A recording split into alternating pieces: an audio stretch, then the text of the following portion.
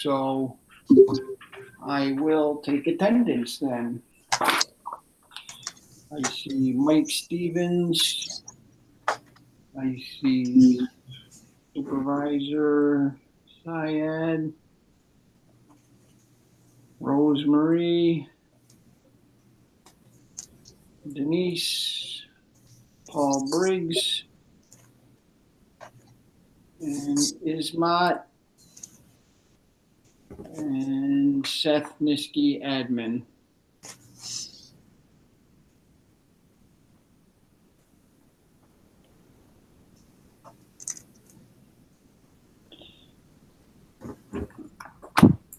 Okay, so we called this meeting to discuss some things with the police department. Apparently, unknowns to me, the chief was not going to be able to attend this meeting, so the deputy chief is on the line.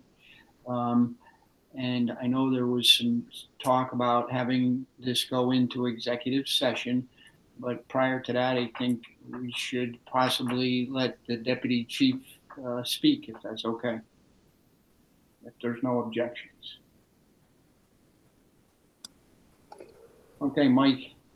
I'm not really sure what I'm supposed to be talking about. Well, I guess some of this was about the letter that came to all the board, the supervisor and the chief and the board members. And I assume is this the resignation letter from Officer Kohlmeyer? Yes. Okay. I think there's some current concerns for people about that, and some of the things, I know you and I had a discussion today, that some of the things that were sort of said in the letter really weren't factual in total. Yeah, I thought there were some inaccuracies in the letter when I read it. One of the biggest inaccuracies I thought was that we were accused of not doing any active shooter training in the last 11 years.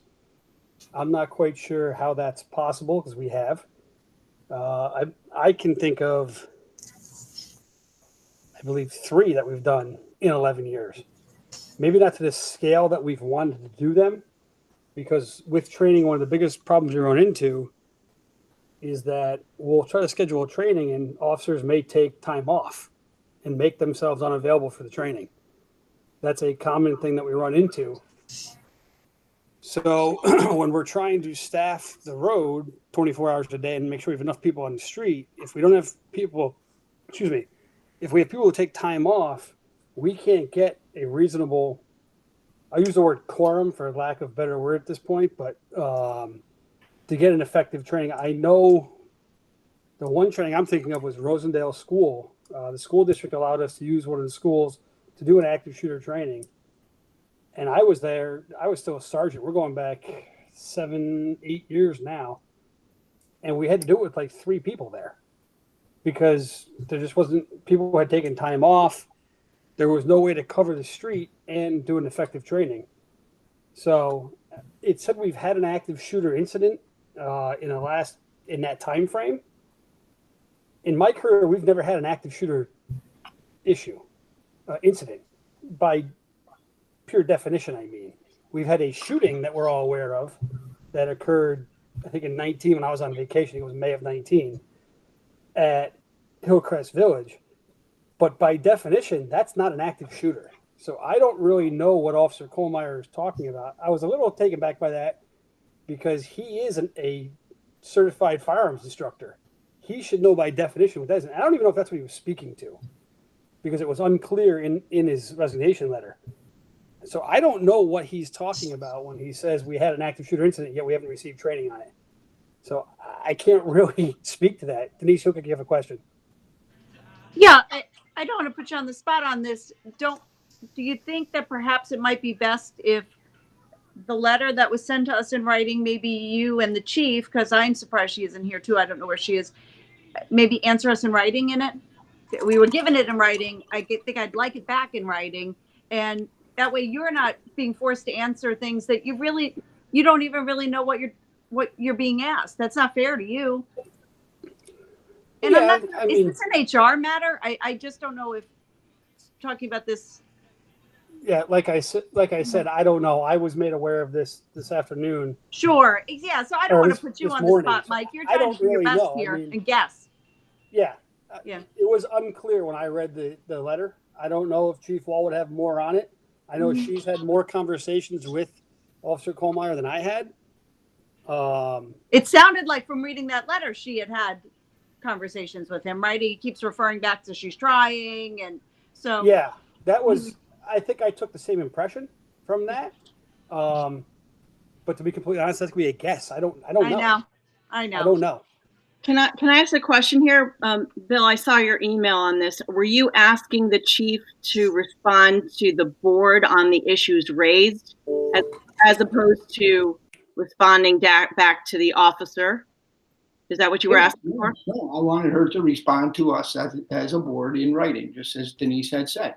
In And terms of the issues raised? right, and as of right now, I've received nothing and or any communications regarding that from the chief. I think the chief did say, I thought I saw an email where she said it was a personnel matter and she thought it best to discuss it in executive session. Wasn't that referring to that? Yasmin is nodding yes. I thought I Yeah. saw that email. Correct. Yep. That was her response back. And so that really was the intention of the meeting was, both to try and discuss some of these issues publicly as much as we can. And then obviously, I will motion to go into executive session to discuss any personnel matters necessarily, in that forum. So it You seems are like correct go ahead.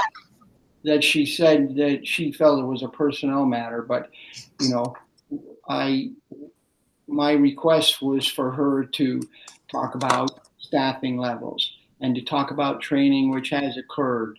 And as Deputy Chief said, there has been training that has occurred in certain areas. And she could even, there's plenty of things that could be put in writing. Not only that, but the mandatory training that's in the contract, right, Mike? There's training that's mandatory in the contract and training that is not, that you can't, because it's not in the contract, I guess, force officers to do it. Yeah, the only mandatory training that we actually have contractually that is never disputed is the range and firearms, which we go to the range twice a year. We go once in the spring and once in the fall. I mean, speaking to the active shooter part of it, I think everyone in here is aware that last year, November, I believe it was, October, November, there was an initiative that was taken countywide where we did a countywide active shooter training. That it was great. We ended up having upwards of 100 officers attend. It was done in the weekend at Schenectady High School. We were also able to bring fire departments in also because the change has changed a lot for active shooter training. Where initially it was law enforcement's job was to go in to end the threat, and that was the mentality we were taught. You go in, you end the threat. And that's kind of shifted now through events that have occurred throughout the country over the last 10, 11 years to where the training has shifted now to it is still our primary responsibility, to end the threat. But then we have to kind of address also that if we end the threat, but we're walking over casualties that are hurt, that's not saving anybody's life either. So now we kind of multitask. And we've changed the training to not only end the threat, but then facilitate the entrance of emergency medical staff that will come in and actually begin to triage and treat casualties.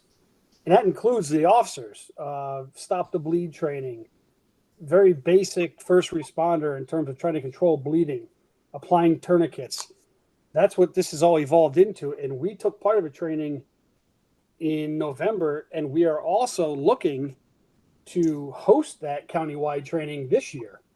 I've already been in contact with Dr. Tangora about getting approval to use one of the schools come October, November, and he's fully on board, giving us that access to at least one of the schools. So that's progressing also. But I don't know. It's been my experience of 19 years of doing this that when officers become disgruntled, there's two things they always do. They always say morale is down and we get no training. And I would implore any of you to speak to other chiefs around the capital region. You're going to hear the same things are often said. So obviously, I think it's a safe assumption that Officer Kohlmeyer wasn't happy here. That's why he's leaving. So would that make him disgruntled? I don't know. To me, it kind of would if I'm leaving where I've been, where I have a retirement, and like that. But that's my opinion. I don't know the answer to that. So I don't know. I don't know what else I can really add to that. Okay. That's what we're working on. That's fine. Do we have other questions for Deputy Chief Stevens? No, I don't think it's fair to ask him any. He's told us what he thinks he knows about the situation, and I just don't think it's fair to put the deputy chief on the spot like this. Thank you, Mike. Yeah, no worries. Thanks, Mike.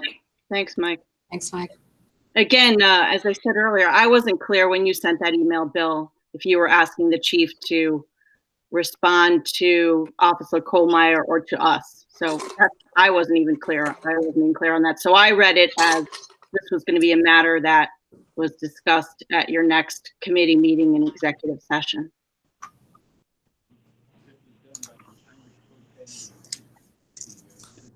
Well, I have had no conversations with the chief about this. I've gotten no response other than the response that she said that she felt it was something that should be discussed, as a personnel matter. And so here we are, but we don't have the chief here. Yeah. And when I called the supervisor today because I just got invited to this meeting a few hours ago. I asked her what this meeting was about, and she said it was about staffing.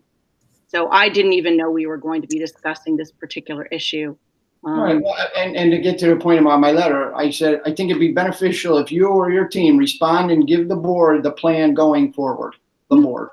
Yeah, no, yeah, I read it as like a response to but good to clarify.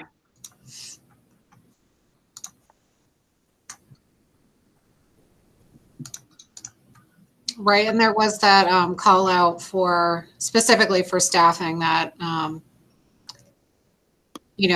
we recognize that we are at the point where we're going to need to backfill one known position now, and potentially a few more. So we were hoping that in open public session we could, have that discussion. What staffing needs are there? What's the budget? Just try to talk through some of those different considerations. So. But again, that's a conversation we'll have to continue when the chief's available. Okay, so do we have to get this rescheduled, or does Bill want to invite everybody to his next committee meeting? Whatever way you all think is best, but obviously we'll wait till we have the chief here. Yeah, that's fine, but we want to talk about some budgeting while we have Isma here. I've got some old documents in front of me about requested and tentative 2020 budgets where there was a request for the police services to go down by $82,000. And I'm not sure, I don't have all the budgets in front of me from past years as far as what amounts were put in for police services. Sure. So, once again, when we were budgeting, when I started here, we had meetings with Supervisor Janet and myself. We had meetings with all the department heads about their budgets. At that point, we had conversation with Fran about her budgeting needs, and it was a decision was made by her that at that point we will budget the full staffing, meaning whoever people were there, we will do that. We budget at an extra person compared to to last year, 2019. So we agreed upon the numbers. Now things have happened. We had the retirement incentive and we had the 4% incentive. We have all the other departments, all the other funds, they have met their 4%. Except chief still is left with 120,000.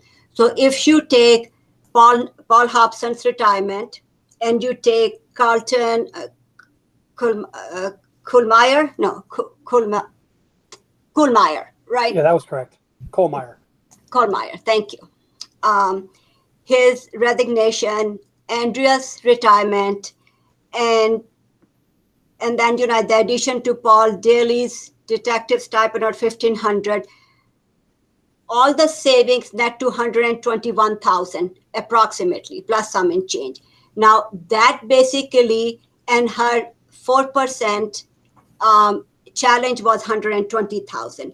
So if you look at that, they have a net savings of only $1,000. Now, once again, it's the board's decision what they want to do about the staffing.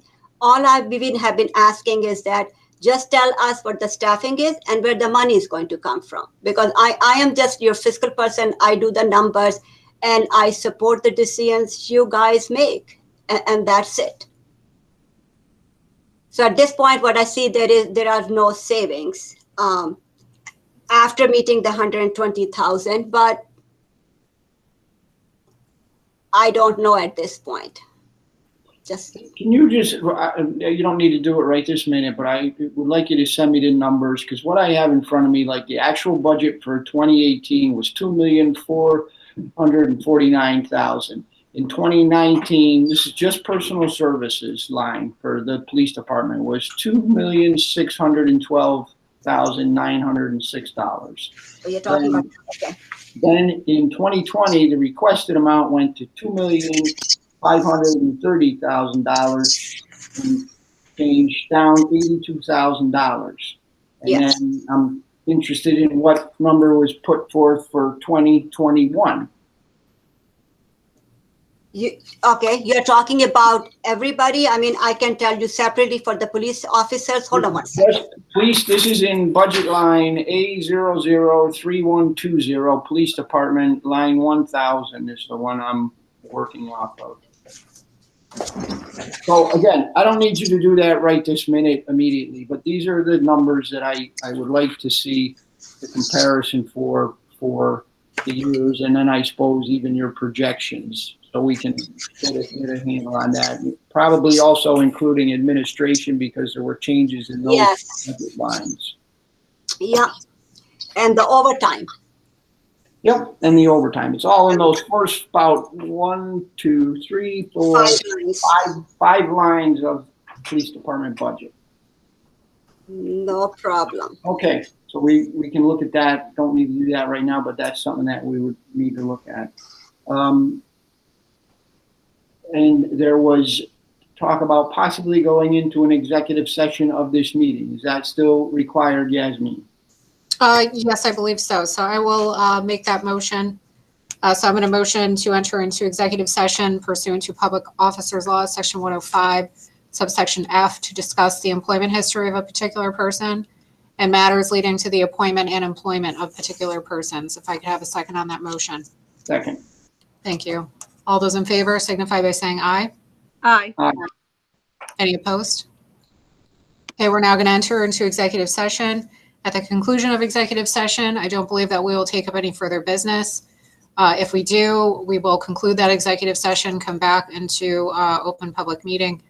But again, I don't believe we will take any action, and that there will be no further action for the remainder of the meeting. So at that point, it is our intent to conclude the meeting and adjourn.